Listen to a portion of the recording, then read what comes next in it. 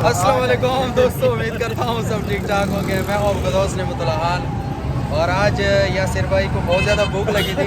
इसकी बहुत ज़्यादा फेवरेट चीज़ है वो बनाने लगे हैं और ये खाएगा और इसकी वीडियो आप लोगों के साथ में शेयर करूँगा।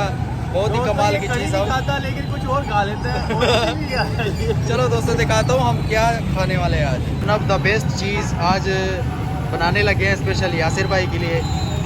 और ये देखो दोस्तों, बहुत ही खूबसूरत कमाल के नज़र आ रहे हैं, लेकिन ये मगज़ जो है ना ये मेरे फेवरेट है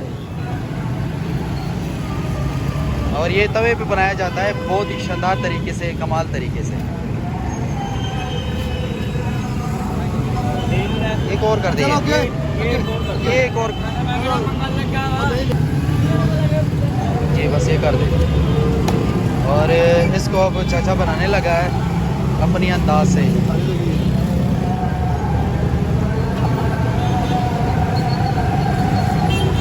चाचा भी हंस रहा है, पता नहीं क्यों।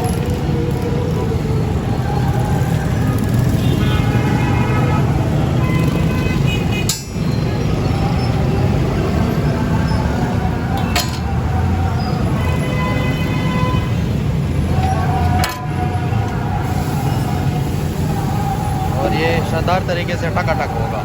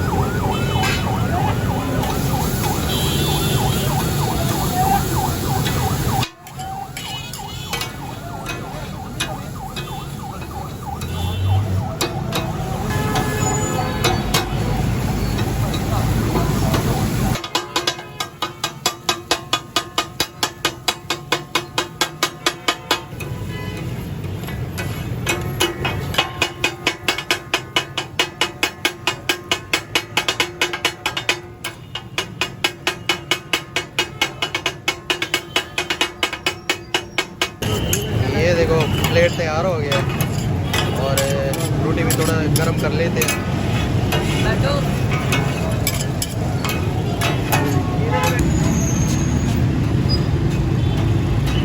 ये तो कीमा नजर आ रहा है। कीमा कीमा।